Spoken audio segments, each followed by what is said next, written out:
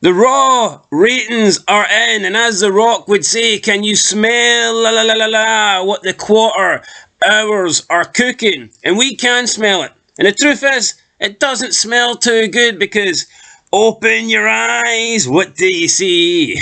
Ratings that aren't as good as the cult of personality, CM Punk. Welcome back, guys, to Fog Wrestling. And surprise, surprise, this week's show didn't have one quarter-hour rating as good as CM Punk's last week, despite The Rock being involved from the very beginning. Now, we had some, I'm just going to quite frankly tell the truth here, some idiot, some moron, some CM Punk hater or delusional guy, whatever he wants to go by, that's fine. He was on here hating, saying that CM Punk only got that rating because The Rock was in the first two quarters. So he says CM Punk only got 2.2 million, over 2.2 million, just because The Rock was in the first two quarters, and then people magically tuned in to just try and see if The Rock was on the show, but they only happened to tune in quarter five when CM Punk was on, and apparently anybody could have been in that quarter five segment and they still would have got the quarter-hour rating that CM Punk got. But funny enough, this week, The Rock was in the exact same two quarters. The Rock was in quarter one, The Rock was in quarter two, and does that mean that quarter five, the quarter that CM Punk was in, got 2.2 million? No. Quarter five this week got 1.8 million. So 400,000 less. But this same guy said that it doesn't matter who was in quarter five last week because Punk only got 2.2 million because of The Rock. So, what's your thoughts on that? Yeah, there was delusion being spoken last week. It was April Fool's almost a week early, but on April 1st, let's move on. Let's put this jabroni in the rear view mirror and let's talk about Dwayne. Yes, but he also says that the ratings for the next quarter four and quarter five went up because The Rock was in the first two quarters. But if we look at the quarters this week for quarter four and quarter five, did the quarters after The Rock go up? No, they went down. They went way down. So, yeah, let's get into it. Quarter one, 8 o'clock to 8:15. We got a recap of Raw and a Rock live promo. Starts off at 1.8. Not great. It starts off really not great, and I would almost say this is alarming. It's like The Rock was cutting a promo for the opening 15 minutes. Yeah, he had the recap as well, but it's the next part of the segment that actually gets a massive increase. And yeah, The Rock's still there, but it's almost like people tuned in for Roman Reigns and Seth Rollins and not Dwayne. Yeah, so quarter two, 8:15 to 8:30, we got a 21% rise, which is pretty huge. Yeah, let's keep that real there. That's a big number there. It's an extra what? I think it's sad though. Like, yeah, these are good ratings for like the current landscape of wrestling, but even a couple of years ago, these were bad. It's like we're getting above a 2 here, right? Regardless if it's Punk or The Rock. There's no one else that can really do it. Yeah, but look at this. This is The Rock and the two world champions of WWE. Yeah, and an actual and it's still not being what CM Punk story. It's not just a random throwaway fucking appearance here. Unlike CM Punk, which was a random throwaway appearance. But this proves that you need consistency, right? You just can't whip out The Rock and like Punk. You'll pop a cheap rating, but see, in terms of consistency, you need years of it. Right, yeah, so 2.178 million for quarter two. We go on to quarter three, and it sees the continuation of this promo. Rollins and Solo Sikoa agreeing to have a match tonight. After that, we get a Rhea Ripley video, a Becky Lynch backstage promo, and we get DIY and the New Day versus the Judgment Day, which wasn't a very long match. Now, this lost 6% of the viewers. However, it still just about stayed over the 2 million mark with a rating of 2.039 million. So I'm going to assume that the majority of the people that did leave, that 6%, they probably left, I would say, when DIY and New Day were taking on the Judgment Day. I think when The Rock was gone, the 6% were probably gone. Yeah, that is exactly what's happened here. I mean, the quarter by quarters are good here. In fact, they're brilliant, but because you'll never really know when people actually tuned out, you could guess. I believe there is minute by minute available, but I don't know how you get access to that. Yeah. Like, that's what they did back in the day, but here, again, quarters do tell a lot of the story, but up next we've got, quarter four? Yep, it was Reigns, Rock, Paul Heyman backstage angle, wasn't much to it. Lasted about 30 seconds. Yeah, Roman Reigns just left.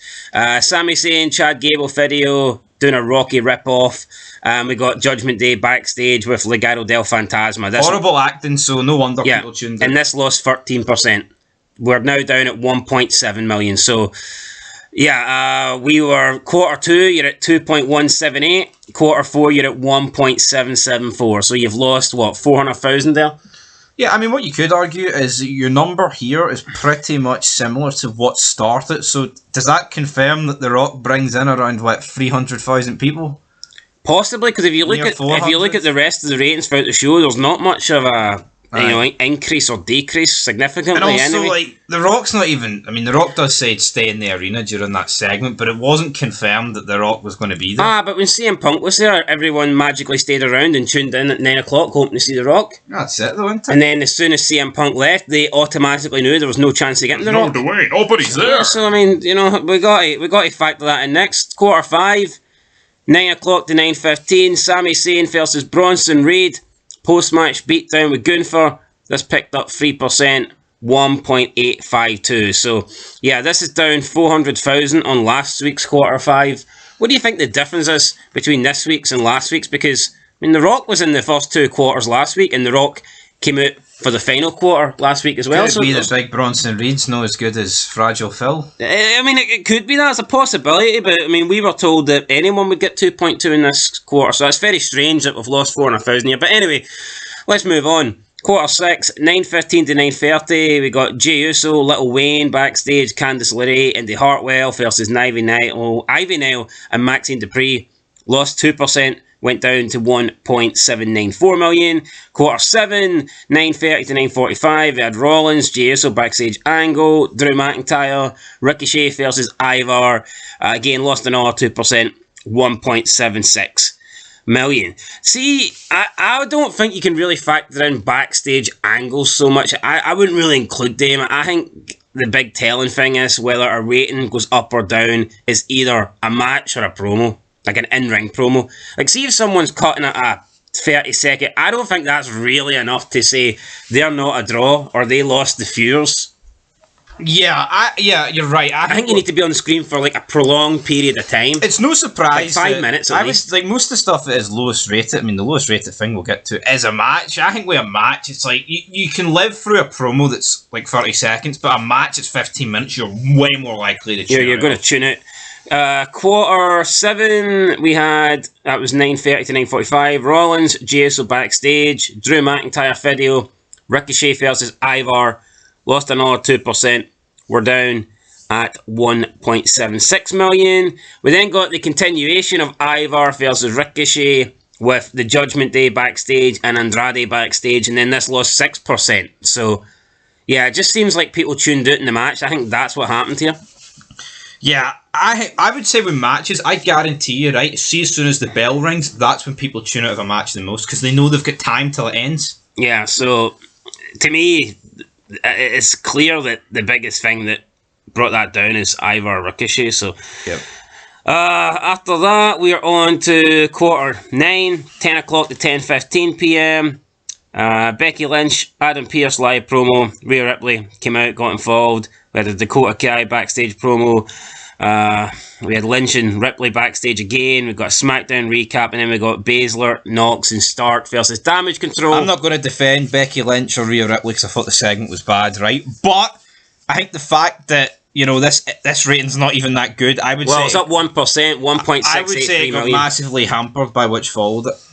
Yeah, well, it's up 1%. Well, I mean, 1.683 million. That's brilliant. Alright, moving on to quarter 10, 10:15 to 10:30.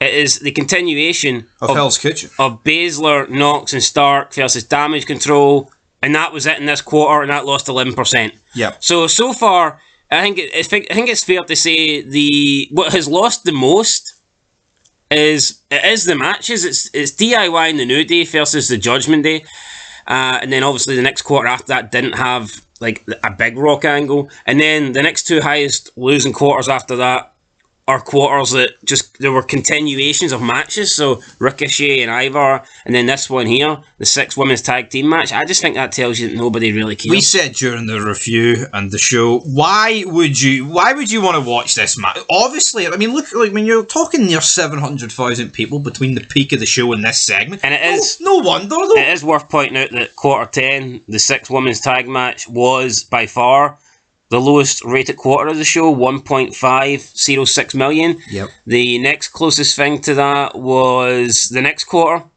So obviously, because they've lost the most amount of viewers or whatever, it's going to be harder for them to get back to that. And I mean, they did quarter 11, they gained 8%, but it was still the second lowest quarter of the show. If you need any more proof, though, why 3 hours kills Monday Night Raw, it's things like this. Like, yeah, this match could still take place a 2 hour show, but over 3 hours, if you consistently lose viewers for like years, decades, then you're going to lose them even more over 3 hours than 2. Yeah, so quarter 11, 10:30 to 10:45, the Rollins and McIntyre backstage angle followed with the beginning of Rollins versus Solo Sikoa. This did go up 8%. And yeah, I mean, the P demographic, 18 to 49, went up 11%.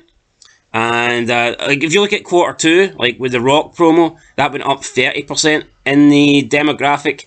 And I noticed that this was the best demographic for Monday Night Raw in a long time. What I put that down to is, I think people between 18 to 49, the likelihood is they grew up watching The Rock. So when The Rock comes back, they want to see him. And that is why The Rock is bringing in those numbers. Because I was actually looking at the Raw ratings from the beginning of the year. So from January to April, I was looking at the Raw ratings for the last 3 years. And what I thought was kind of funny is that the viewership has been down this year compared to the last 2 years, but the demographic is up this year compared to the last 2 years. So there's less people watching, but there's more people between 18 to 49 watching.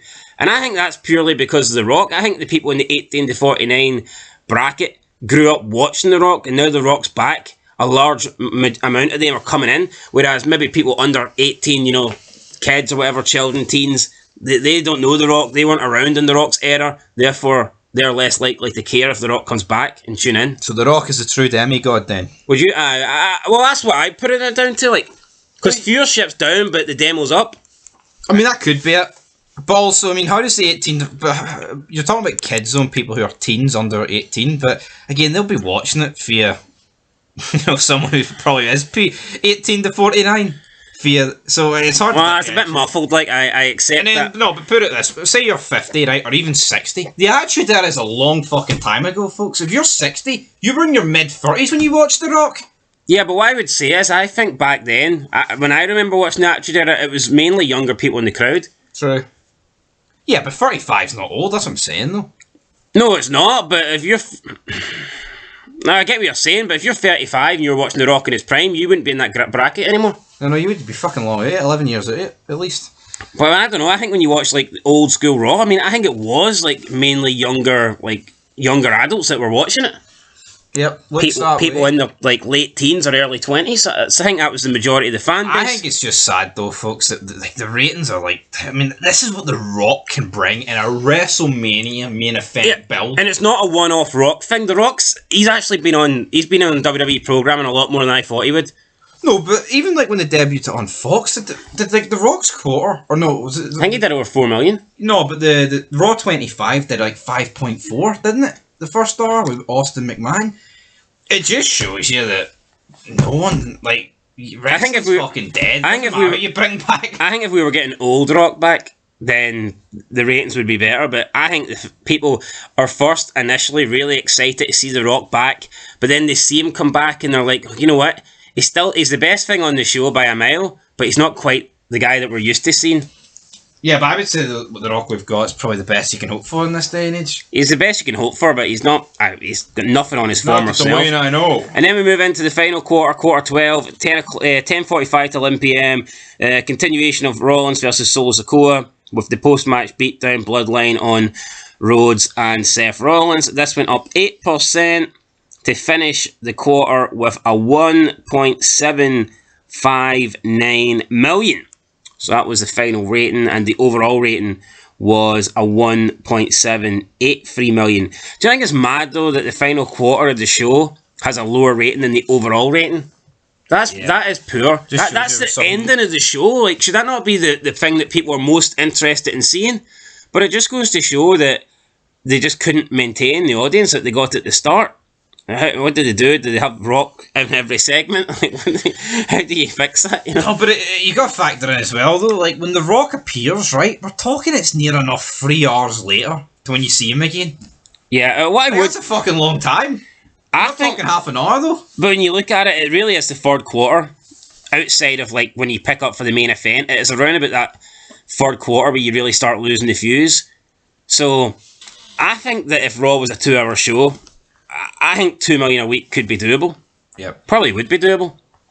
But not with the extra But hour. when you get into that final quarter, and you're getting ratings that are dipping under, like 1.6 and things like that, then it's hard to put in a good rating when you've got shite like the 6 women's tag team match dragging you down. But anyway, guys, there you go. Raw did overall a 1.783 million. Their highest quarter was 2.178. But yeah, not good enough to beat CM Punk's for last week. So kind of interesting that. We'll see what happens on SmackDown. But yeah, the penultimate Raw, the final Raw even, going into WrestleMania. And to not even get 1.8 million, that is piss poor. I mean, I remember in the days, 2012, McMahon was hitting the panic button when Raw was dipping under 3 million or even getting close to 3 million. And that was like, that wasn't even like WrestleMania period. That was just through like summer or spring when wrestling's kind of dead. But now, I mean, we're on the last Raw before WrestleMania and we can't even get over 2 million. I think it's sad what's happened to wrestling. And will we ever see wrestling get this boom period again that we hear all the time? Definitely not. I don't know. We'll see. Didn't happen this week. Maybe it'll happen after WrestleMania. Maybe there'll be some massive changes at Mania. And it'll be interesting to see what the Raw after Mania does. If that doesn't break 2 million, then, what chance does Raw have? Anyway, guys, that's it. Catch you in the next one. Bean Fog Wrestling. Thanks for watching and peace.